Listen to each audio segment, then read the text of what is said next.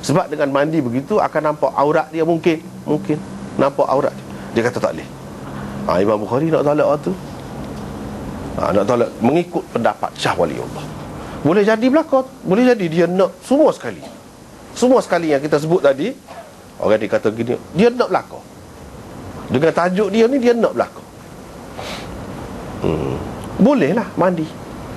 Lepas kita kata apa yang mandi sekali tu? Banyak maksud lah mandi sekali. Nabi SAW tidak mandi dengan Aisyah saja, dengan isteri-isterinya yang lain pun dia mandi sekali.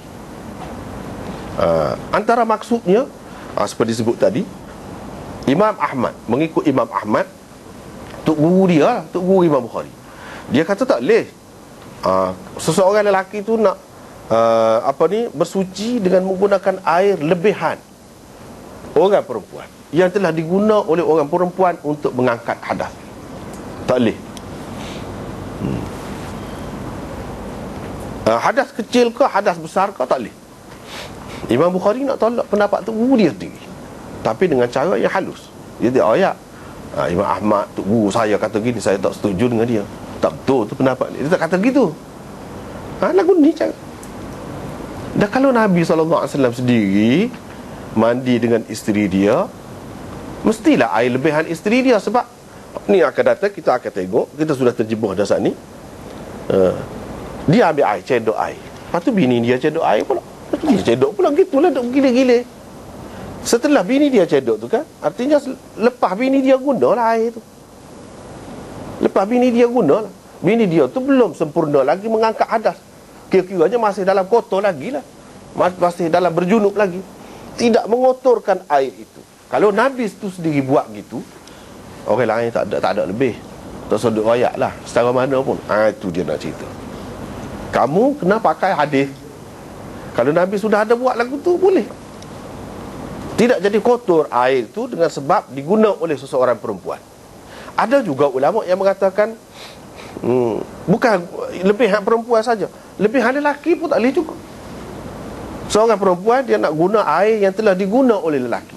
Mana lelaki tu cebok air tu, cedok air tu dengan tangan dia. Kalau dia cedok dengan gayung ke, dengan cetong ke, tak apa tu. Kalau cedok dengan tangan ni kan, sebab pada ketika tu belum sempurna lagi. Kalau ambil air semaya pun belum sempurna lagi air semaya.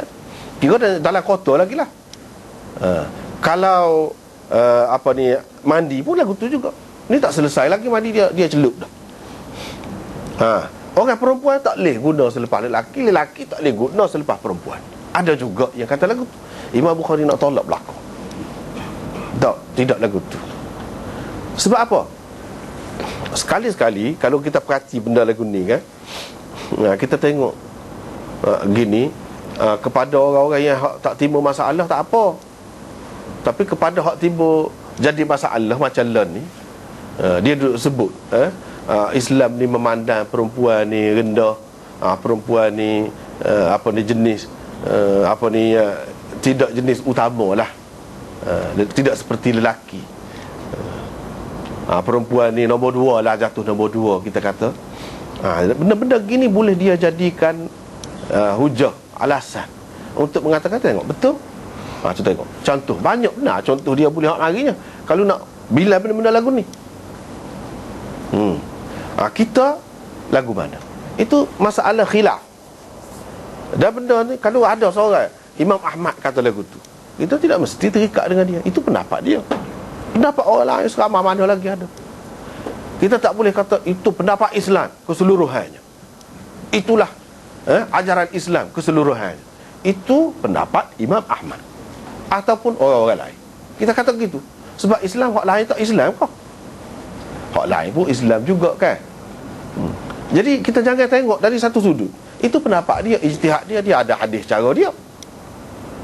Dan kita tak boleh buat kesimpulan bahawa dengan begitu maknanya perempuan ni rendah, perempuan ni kurang, perempuan ni nombor dua, lelaki itu nombor satu. Tak boleh buat kesimpulan gitu.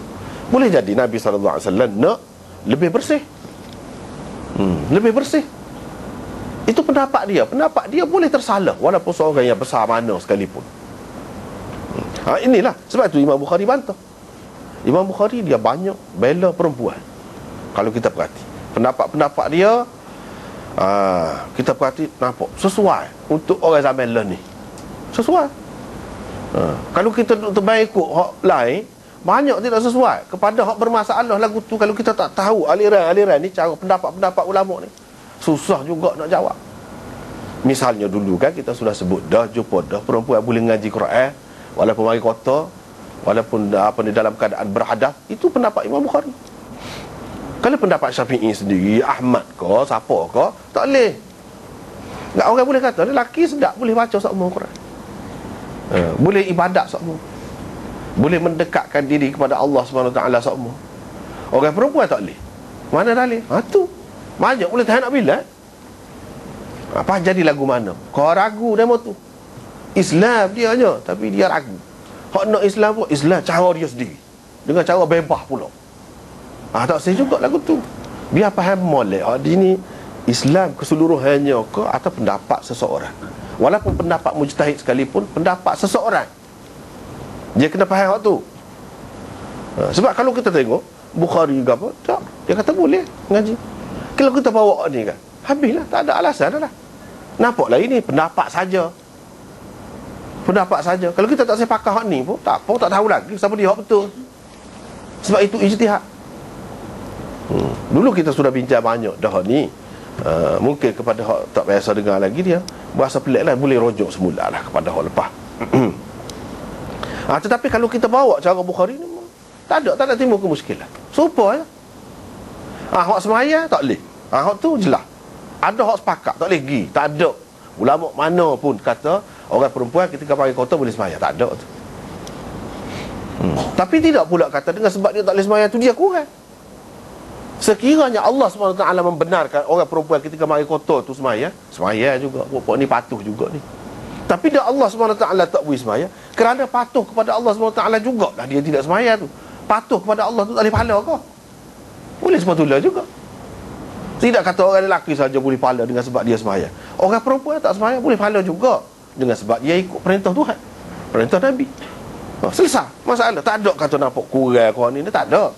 Tak timbul masalah tu. Dengan Nabi SAW mandi gini sekali menunjukkan boleh. Dan Aisyah adalah di antara sahabat Nabi SAW yang paling banyak jaga perempuan. Sebab apa? Dia perempuan. Banyak benar dia tidak setuju dengan pendapat tok guru dia, Imam Ahmad. Imam Ahmad kata 3 perkara yang memotong sembahyang seseorang, iaitu anjing kalau dia lalu depan orang sembahyang. Anjing. Yang kedua himar, keldai apabila lalu depan seseorang sembahyang, memotong sembahyang seseorang. Yang ketiganya ialah perempuan kalau lalu depan seseorang sembahyang. Gitu mana? Boleh kau demo ni kan? Tengok kata dia. Apa yang gitu mau perempuan ni sampai batal nak sembahyang tu? Ada yang kata batal sembahyang. Imam Ahmad kata memang batal. Tak boleh lah, tak boleh lalu. Imam Bukhari bantah. Tak boleh lalu lagu mana? Tu Aisyah duduk terletak tidur depan dia tu. Bukan lalu tidur. Kalau tidur boleh dapat kau lalu. Itu maksud lain. Dia kata yaqta'us salah, bukan yubtilus salah. Bukan membatalkan sembahyang, memotong sembahyang. Coba perhati molek. Memotong sembahyang, mengganggu, menghilangkan khusyuk. Dalam hadis yang lain ada disebutkan bila seseorang itu sembahyang, berarti dia menjalinkan hubungan di antara dia dengan Allah. Ada wuslah, ada hubungan di antara dia dengan Allah. Benda-benda ni boleh memotong, yakni memesongkan, mengalihkan perhatian kepada khusyuk, mengalihkan perhatian kepada Allah. Jadi tak khusyuk. Bila tengok perempuan kena jaga, bukan hak tu saja, 3 tu saja, banyak lagi perkara lain. Kanak-kanak menangis kau, kita kena jagalah. Sebelum nak sembahyang tu, siap dulu.